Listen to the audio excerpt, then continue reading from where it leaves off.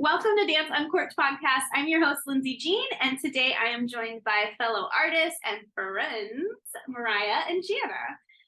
Thanks for joining me. Thanks for having us. I loved that. That was very insane. Was Clover in the shot? Did I totally forget about Clover? Yeah, that was Clover. Clover, she'll come back. Clover. This is Clover. She is Clover the Whippet. And she is the official dog representative image brand of the Clothes Horse, which is actually where we're at right now. So we are at the Clothes Horse in Eugene, Oregon, in this shop. It's a resale consignment shop, right? Yeah, How did you resale. find it? Yeah, so consignment technically is like when you buy and then the consignor is paid after the item sells. But it's a very similar process. We just buy outright. So resale boutique or secondhand boutique are common terms. So, well, yeah, that, and you own this. Mariah owns the Clothes Horse. So I shop here all the time. I'm pretty sure 90% of what I'm wearing right now has come from this shop right here. Me too. So we'll talk about the Clothes Horse in a little bit, and I will definitely link all of the Clothes Horse things to the show notes and all the socials and stuff so that everybody can follow along. Your Instagram is on point all the time. Thank you. I shop not just in the store, but because of your Instagram, I find myself like online shopping as well. So thank you. Same. Yeah. Cool. Yeah. And Jana, you do some shifts here sometimes. I do. I love to moonlight at the Clothes Horse. The Clothes Horse is more than a resale store. Yes. It's a super cool community. There's the group of women here that work behind the counter under Mariah's leadership are really wonderful and really supportive. And so I find a lot of good friendship here at the Clothes Horse among all of the cool outfits that I also find every time I walk through the door. Yeah. And I'm also in head to toe Clothes Horse. Yeah. It's what we call it, the Clothes Horse magic. Yeah. Like that, it exists. It's real. If you haven't been to the Clothes Horse yet, I don't know what you're doing. Like, run, do not walk. Like, get here. Get over here. Exactly. All right, now let's talk about what we're drinking today. And this is actually a really special beverage because it's a zero proof or zero alcohol by volume sparkling wine, essentially. And I'm really excited to highlight this because we are at the end of the year. You know, Christmas is coming up very shortly, and we've also got New Year's coming up as well. And, you know, drinking and partaking in celebration like is at an all-time high right now, which is great. But I know some people get really overwhelmed during this time of the year and during this season, especially with the consumption of alcohol. So I wanted to highlight something that was like zero proof and something that somebody could partake in who wanted to still participate in celebrating, but without the added effects of consuming alcohol. So, because I think a lot of people might be looking for this time of year. I know I am personally. I'm going to be the DD at a New Year's celebration. So, and you know, water in a red Solo cup will not go with my outfit that evening. So No, I'm looking for something exactly like I'm looking for something that where I can like still be a part of the celebration, but not have the effects of alcohol so that I can drive everyone home safely. So we are drinking. Oh, did you want to say something? Yeah, I just love what you said earlier. You said that you still, although you're abstaining, you still want something sparkly in a glass. Yeah. To wear with your sparkly dress. Yes. Like it all goes together in my mind. Yeah. It all goes together. This is all part of the outfit.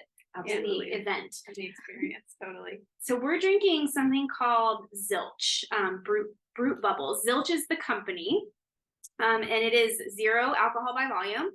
It's a sparkling wine. It is produced in California, but it is like based in Washington. So the corporate or the people that kind of ship it out and distribute this brand, they're in Washington. So it's a nice neighbor and West Coast thing for us. And I love their website. If you check out their website, it says bubbles, or in their Instagram, it says bubbles with none of the troubles, which is really cute. I think that's a cute way to brand. This company worked with California winemakers to create this. So it's definitely inspired by wine itself and sparkling wine in particular. And they use the, discretion of winemakers and bubbly winemakers in California to kind of dial in the taste and the flavors of this and just kind of like the essence of what a champagne is to make this.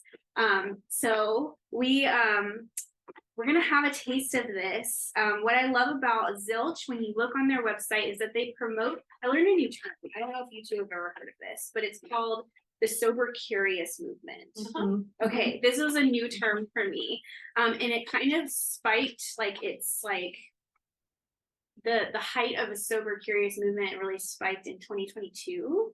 And I wonder if it has something to do with COVID and just I'm sure it has. I've read some firsthand accounts from people kind of discussing the impact of alcohol in their lives and how it shifted during the pandemic when we were all in sort of this seized state of trauma, being worried about what would happen next. And I think that a lot of people who had never considered before that there was an option to have sobriety be part of their life for small amounts of time, for long amounts of time, and even some for, as a lifestyle choice for the long run, started being curious about it.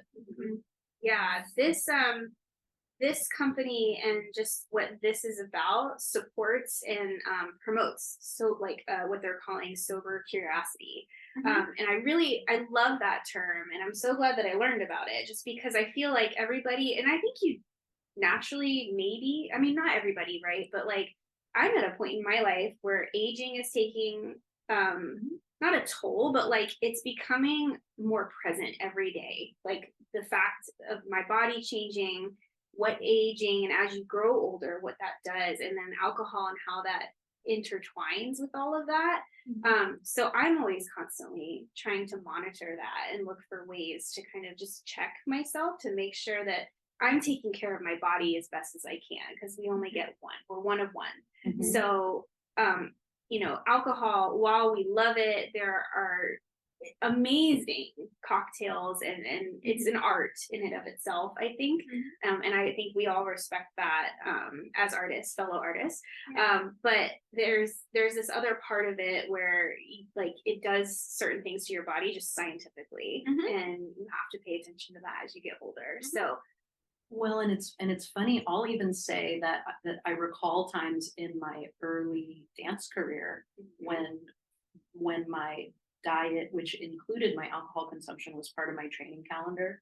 And so I would take these periods where I would remove that aspect of my life in order for health, to kind of support, support my physicality. And so whatever your reason is for sober curiosity, like there's more than one reason for making that choice, I think. Totally, there's so many. And I like that this company in particular, they throw out statistics too about like sober curious people doesn't mean necessarily that you stop buying alcohol or that you start partaking in alcoholic beverages in addition to non-alcoholic. Like you can mix both, and it's an option. And I just really like the way they present that and like support both sides. It's not just one or the other. And they're making a really nice option for people to consider if they're like, no, I'm not really into alcohol right now or tonight or maybe for the next 5 years, or like maybe there's goals involved and stuff for whatever reason, like you're saying, because there's multiple. It is 60 calories per serving, so that's a plus. And a serving is just like a regular serving of champagne, so 5 ounces. It's 100% juice. It's actually naturally gluten-free. So folks that are gluten intolerant, like this might be an option as well. And it's 100% recyclable.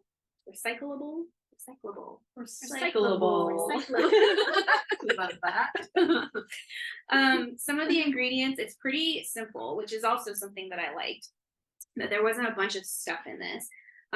It's carbonated water, white grape juice concentrate, malic acid, citric acid, and then some preservatives as well, just to kind of keep it shelf life. Because I bought this at Target, and its resale price was $12.99, so price point, like awesome. Everything about it. I think it's at most grocery stores, like local grocery stores at this point. I don't know if it's like a West Coast thing or an East Coast thing at this point. I don't know how far it stretches across the country. But I did find this at Target, so it's easy to find. Price point is pretty bomb. The branding is really cute. Branding is good. They did everything right. Yeah. So far. Yeah. So I want to taste this. Oh, and by the way, too, on their website, something that I really, really love, because they offer the brut bubbles and then they offer a bubbly rosé as well. And I have tried the rosé, and it's very good. It's very juicy. But what I also love on their website is that they have mocktail recipes. So if you're wanting to make a bigger batch of like a punch out of this, or just a single cocktail, or you're having a party and like you just want to make more mocktails in addition to alcoholic beverages, or just a mocktail party, you can check those out. And then they also have food pairings. So like they actually take the time to like food pair with this particular beverage. So super cute. Yeah. Check out the website. I will link everything so that everybody can get a hold of these things that we're talking about today. I don't want to say the tasting notes yet. I want to see what we think. Yeah, I when like that. we do it. So thank you again for joining me. And Thanks for cheers. having us. Cheers. Let's see what we get.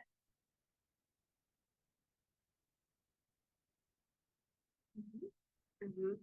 It's yummy. Yeah. I like really tasty. Yeah. Oh, this is easy drinking. Yeah. Here. Oh my gosh, yum. it's really, really good. I could see how this would make an incredible mocktail. Like this by itself is delicious. It's already, yeah. But it could, do some fun there. you can do really fun things with this. It's giving me some holiday nostalgia. Definitely tastes like something you would have in your holiday dining experience. There's something herbal about this, like tea. I'm There's getting like that a tea essence, which I'm not mad about. Yeah. Like I'm definitely getting some grape. grape. There's grape. The carbonation is very it's very like very tiny bubbles. Yeah. Very, Effervescence. yes. Yeah. Ooh. Yes. That was actually a word in the description. Good job, Jana. Nailed it. Green and fresh here. I know. We're supposed to be tasting fresh pressed green apples. Oh, okay. I'm getting a little bit of that like high note acidity. Yeah. Ripe pear flavors. Okay. Which I think I'm translating Yeah. to the herbal. Like I bet that is going together. And then a hint of honey, which I do get. Yeah, that that's lingers a little bit.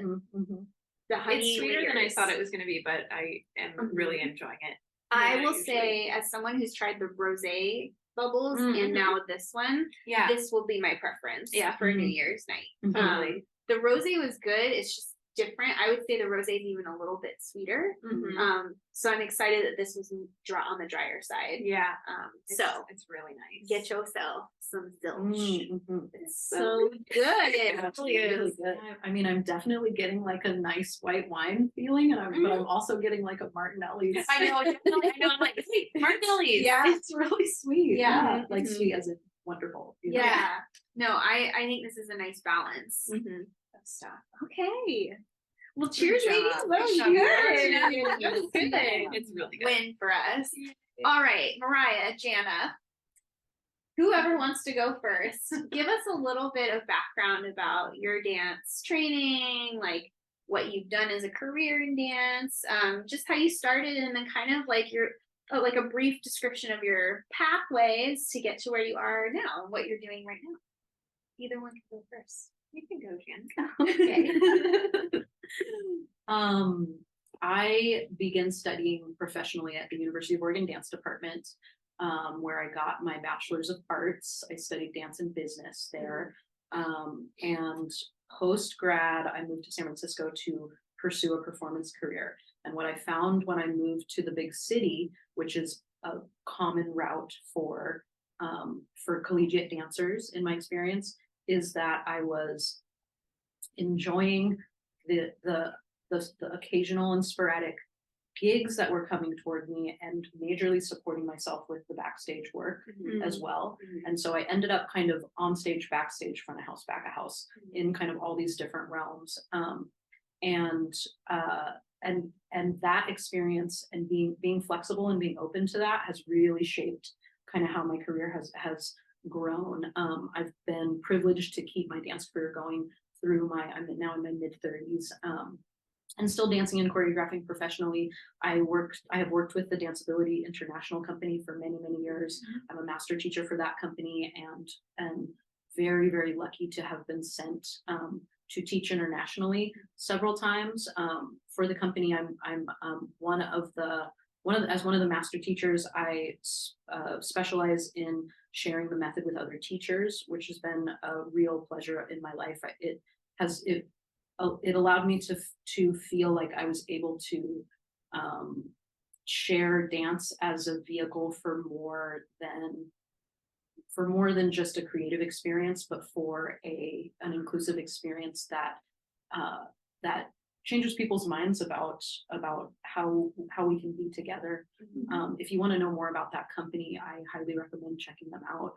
They're at danceability.com, and they have a social media presence as well. There are over 600 teachers of the Danceability method in 45 countries in the world. And a lot of those communities are connected. It's been a really, really important part of my life. I also dance in Company Movimiento with Lindsay and Mariah, and that is an incredible group of women who consistently inspire each other and collaborate, and have really fueled my forward moving interests in expanding my choreographic sort of portfolio. It's always been a primary goal of mine to make my own work and put it out there. And so I've sought artist residencies and other opportunities to show my own work. Mariah and I started a small company many years ago where we would choreograph for unusual performance spaces, and we're able to find a lot of incidental audiences through that work, and all the while also seeking these teaching jobs. So I've been a professor of dance, and I've been privileged to be an arts educator in a lot of different traditional and non-traditional institutions. For my current job, I work for the City of Eugene's Cultural Services, which has been a really great blending of my background in the performing arts, my and my interest in serving my community, and so that's where I'm at now. And I feel really, really grateful for all that dance has given me. Yeah. Everything I've given it has come back to me tenfold. Yeah. Awesome. Yay. Janet. I grew up, I actually didn't really start dancing until high school. I joined the high school dance team. So that was kind of where I got started. And and then I actually, when I first headed off to college, I was planning to study Clover. Clover, come here. I was planning to study English, like literature, and I thought about teaching or something. I wasn't really sure where I was going with it. It was all fresh, but and dance was just going to be my minor, and then it ended up becoming my major because I knew that was what I was most passionate about. And actually in college was when I discovered like modern dance as a genre. It was really kind of had a sheltered dance life before that, and found a really strong connection with modern dance and wanted to pursue that from there. So that's kind of how I got started and how I got rolling with dance. And then after college, I've just dabbled in a lot. I mean, I feel like that's like kind of part of being a dancer, is like it's such a hustle because it's, you might be in one company, but they are only like, I don't know, I feel like I've been in sort of like companies that are they're not like touring, but they're like a company because they're a community and they put on a show one time, or you like start something up with a friend or fellow artist. So I feel like I've done a lot of like dabbling in that, but it's enjoyable. I kind of prefer that, especially since my main job is so consuming of my time and energy. but yeah, the big one being Company Movimiento currently in the past few years, and that's been really wonderful. And I can talk more about that and how that relates to my making my life better, my job better, and all those things. But I feel like since academia, post academia, it's been I haven't been in any serious, really like long term dance commitments, but that's kind of what we're talking about today anyway, is that it's more of a side gig, but it's still a huge part of who I am.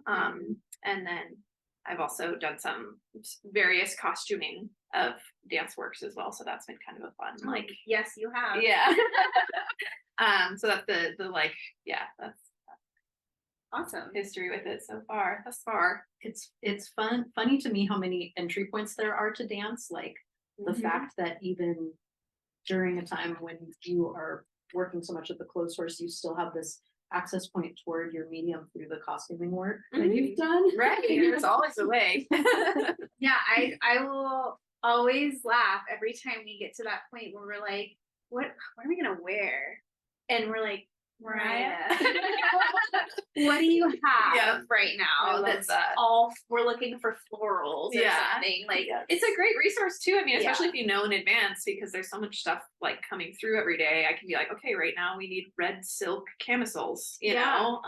So it's, and I've even done random things like with the 1 minute winery gig that I was yeah, doing for totally. a little bit. Yeah. I was like, I don't have that many clothes to like record that many videos. So I was like, hey Mariah, like what if I just wore your clothes and we like your brand popped up on our video as a sponsor? So yeah, it's interesting how it folds right into so many different kind of avenues works and pathways. Love that. Yeah, me too. Okay, so you own the clothes source and you work for the City of Eugene. These are your full-time jobs, and we kind of all dance together when we can, when there's a grant and we have a show. Like that's kind of how it works. So what are some like what is like a dance superpower? We'll start with just one. Like what's the one thing that you've really captured from dance that has transferred into your current career, that is technically outside of dance. It's not anything that anyone walking down the street would associate with dance, right?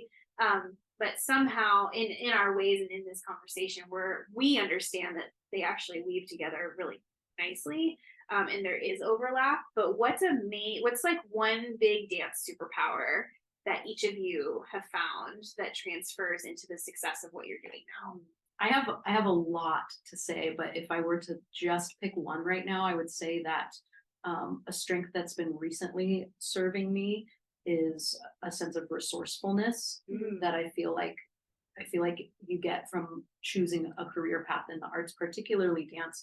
We talk about the arts have spanning a spectrum of mediums, and dance is one of those that's on the end of the spectrum that is some of the lowest income that you can make in the arts, some of the least amount of places you can do it.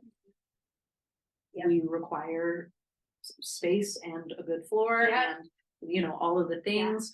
It really is like bare bones a lot of the time, and there's not a lot of funding for it. It's still very much a underfunded part of the arts ecosystem, right?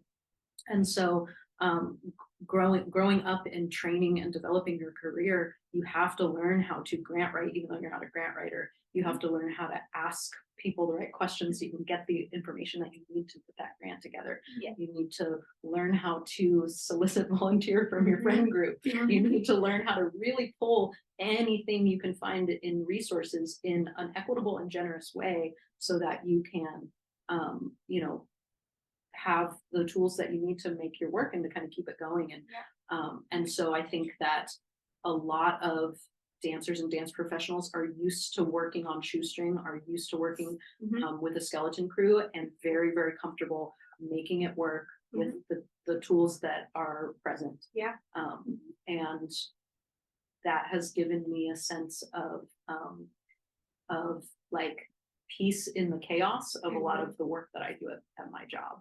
I really appreciate you're saying resourceful and you're separating that from adaptability, because you can say like one thing that's come up in this season is like the ability to be adaptable and flexible, but you're saying specifically resourceful, and I think about like what you're talking about, like using the tools that you have, or realizing what tools you have around you and then tapping into those as you need them.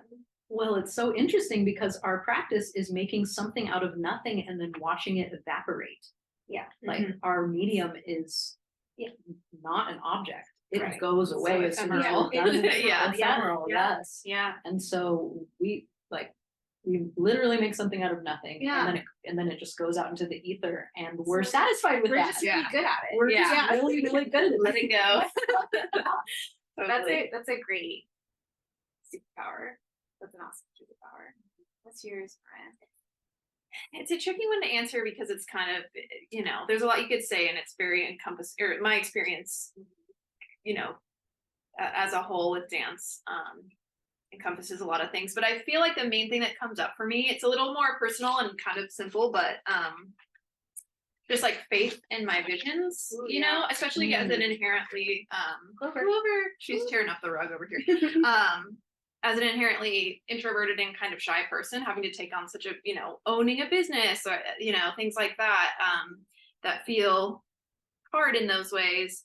I developed a lot of confidence from dance, just because I feel like showing up in academia or showing up to study dance, it's like, it's one thing to just pursue an education. And then I think what's specific about dance, that means something to me, is that you're not only like, it's not only okay to sort of let your creativity drive you, it's actually encouraged.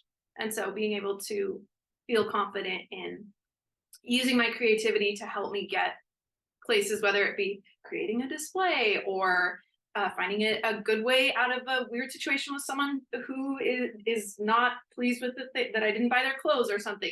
There's like feeling confident enough to access the fact that I am a creative person and I am an artist, and this is my business, and essentially it's me. So being able to be like, I can make these choices, and of course there's strategy too. It's not all just like creative art, but being able to access that with such confidence, I feel like dance gave me so much of that. And so I still find myself, and even with this big, like we recently did a renovation and it was scary. And so finding the courage to be like, just the faith in my vision again, just to be like, it's gonna be okay. You've done a lot of this and it's gonna be okay, just like it was before. So I love that. And the two words that I heard you use were creative and strategy. Mm-hmm. And I feel like that's like your MO. That's how you are an entrepreneur. Yeah, totally. Yeah. I think I use the term because I am a proponent that dance builds confidence, and like it gives you the confidence to walk through and navigate through life, like just in general. Yeah. Just getting on stage and performing is an act of bravery, period. Right. Yeah. And I think I roped it all together by saying like courageously confident, because there is this like courage and like brave aspect behind the confidence. Totally. Like it's not just like knowing and being self-assured. It's like there's this like bravery thing because you're putting yourself out there. As dancers, we put our ideas out there. People get to see the deepest, darkest crevices of our thoughts and minds and stuff like that, and we do it so willingly, and it's that's bravery to me, because not everybody can do that. Like most people don't do that. Right. Like they hold their secrets tight. Mm-hmm. And I'm not saying we can't, because we are also human, but we are just like, we are more willing to share those deep, dark crevice like ideas and thoughts and images and visuals that we have. And we're just like, yeah, I'll share that with you. Yeah. No problem. We go there so often. Yeah. Especially in modern dance specifically, I feel like it's like one of those things where it's maybe more jarring to someone who hasn't, and then just the dance community as well. I feel like we're also, it's just a supportive place, at least in my experience. Sometimes it can't be, and I know that. Yeah. But my personal experience, like with Company Movimiento and people like you, it's a safe space to be able to talk about those things, and then it just, sort of naturally flows into the rest of your life because you've practiced it. Yeah, you surround yourself with people that enhance that or nurture it. Well, in danceability, we talk about how, because the essence of danceability is inclusivity, right? We talk about how the best way to understand at a deep level what the experience of complete and total inclusivity and 100% access is to embody it, is to feel it in your body, and that's why dance is the vehicle in that modality, so that we can experience it physically instead of just theoretically. And so in dance, we experience things physically instead of theoretically, and then they're in there. Maybe that's the problem. A lot of things that aren't quite getting diversity, equity, or inclusion, or things like that. Like it's this they're stuck in the theoretical loop where there's this other level and layer. And for us, it's the body in your body. Okay. What are some other superpowers off the top of your head, or other thoughts that you have? I had a thought about I'm really lucky to work on a team in cultural services where everybody on the team is an artist in their own right, separate from their job in cultural services. I work with a sculptor and a metal worker. She makes jewelry, and a painter, and another dancer, and I'm a dancer and a musician. So all of us have our artistic practice outside of work, and I've found that the level of well-being in my office is really high compared to other places that I've worked, because there's something about having your creative practice be something that supports your wellness, not just having a creative outlet, but maybe for me, it brings me to exercise, it brings me through my emotional processing, it gives me short-term and long-term goals to focus on that are not at my 9 to 5. I mean, the list kind of goes on, so considering that a creative practice can support your well-being, I feel like a healthier person when I nurture my creative practice. I think it's related. It feels related to that as well. It's like how I walk through life.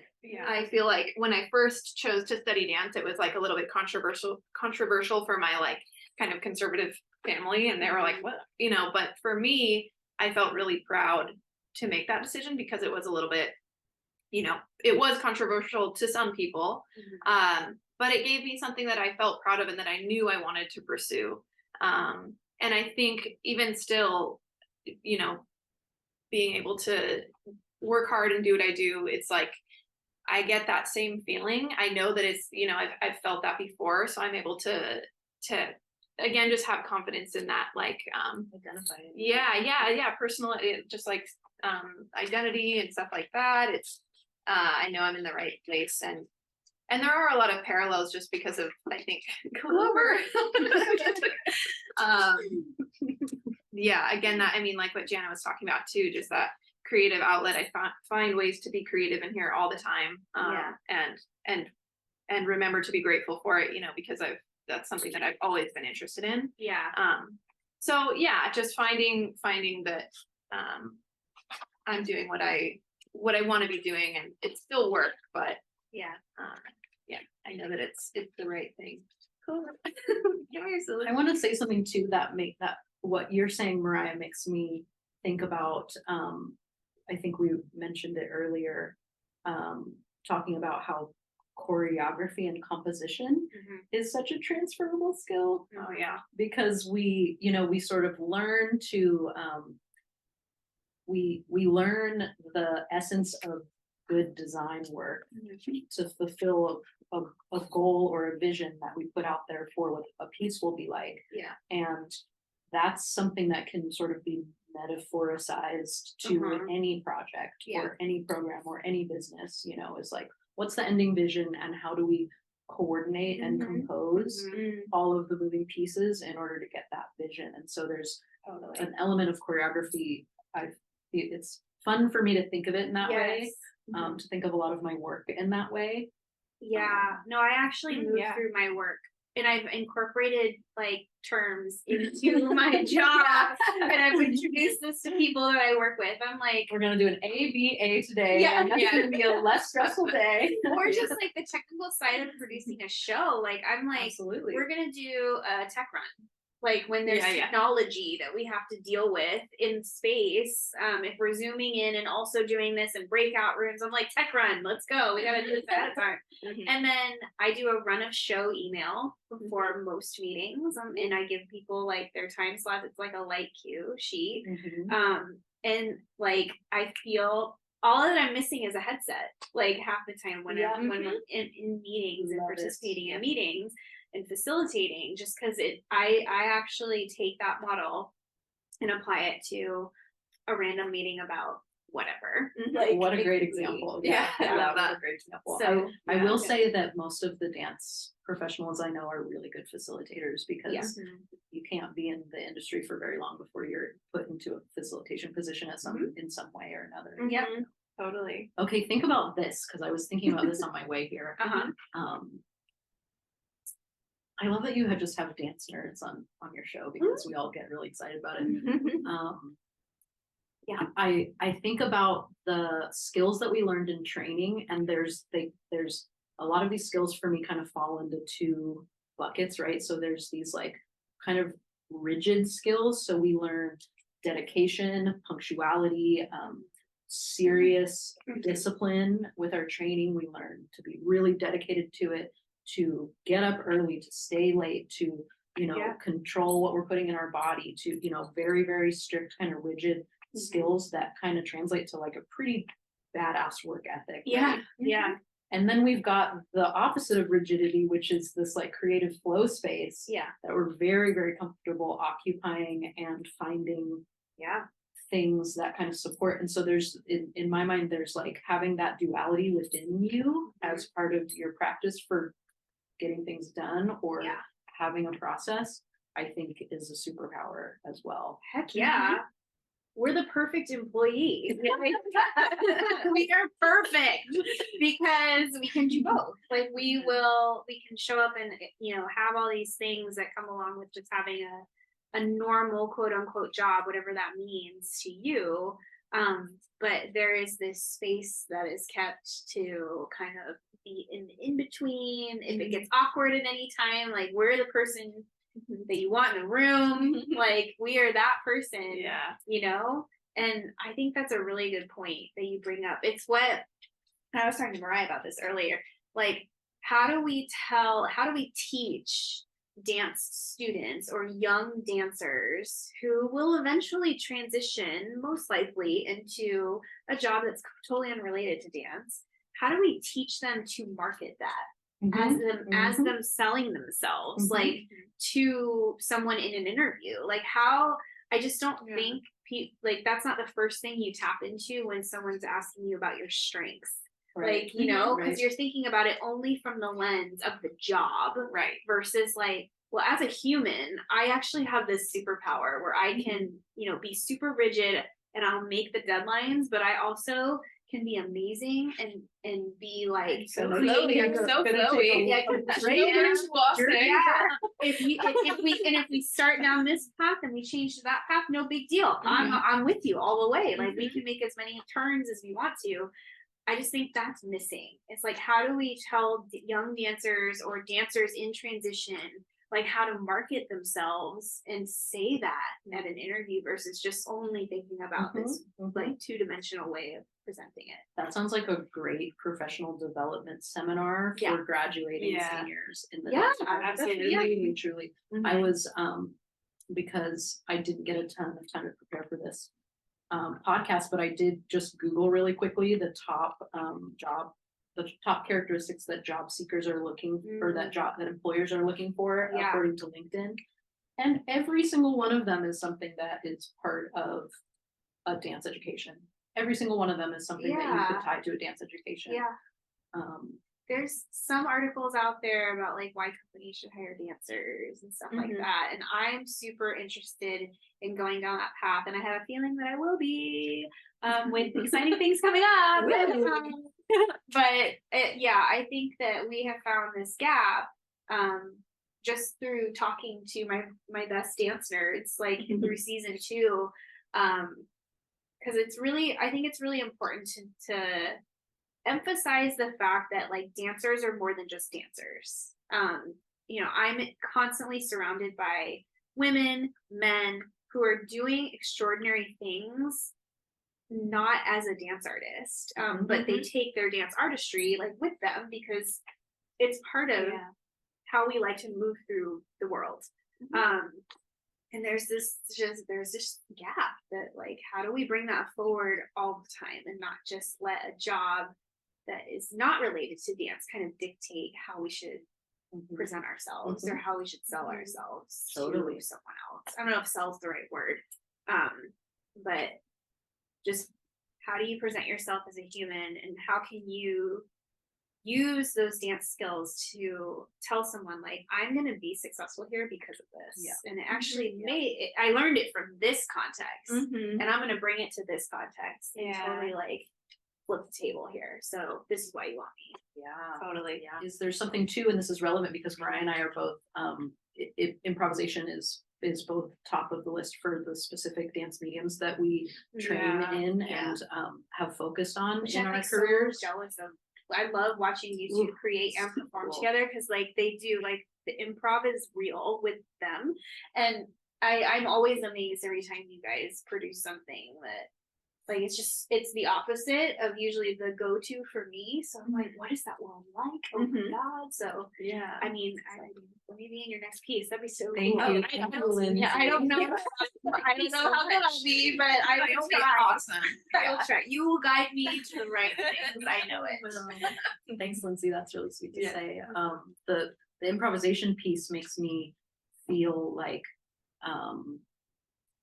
it must be said that kind of training leads you to be able to see all possible options and in an external sphere, and then also learn to listen to or actively choose to not listen to the choice that your intuition wants to make. And so you kind of got this internal external play. And I know this sounds a little bit woo woo, but there is something where when you tap in and use those intuitive instincts that they are a muscle, they'll get stronger and stronger, and for me that's led me in really positive directions in my life, even outside of my career.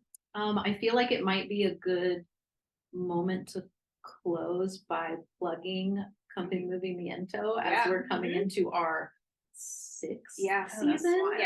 So this will be our 6th season. We have a show scheduled in June 2024 June.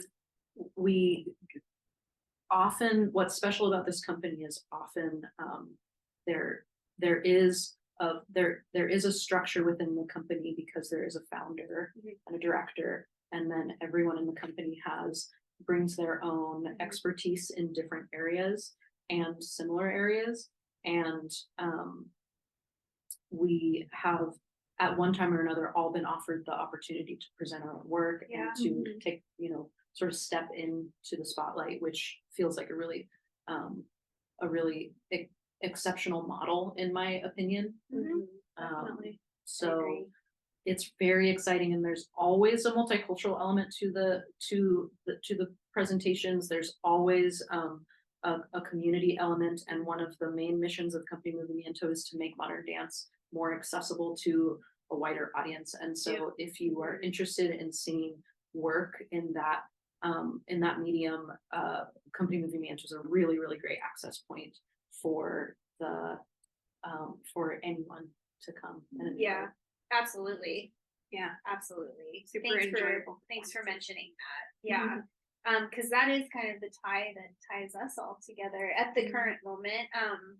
We are all U of O graduates from that dance program, so that's another tie. But Company Movimiento is kind of that's the big one. That's kind of kept us together for 6 years, like dancing together for 6 years, which is pretty amazing about it. So it's a really special thing to be a part of. And I'm happy to be a part of it with you too.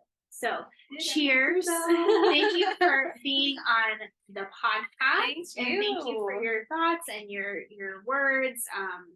I really appreciated your perspectives. It's been that's a nice addition to season 2. And all these dance superpowers. And I just admire both of you for what you do. And yeah, I can see how dance carries through what you do. But that's just because I know dance and I know how it is dancing with you. So I see it in your work, both on and off the stage. And I think you're both amazing. So thank you for being here. And thank you for tuning in to Dance Uncorked podcast. I will link everything that we've talked about in the show notes and on the socials. Follow us on Instagram for more. And until next time, cheers, everybody.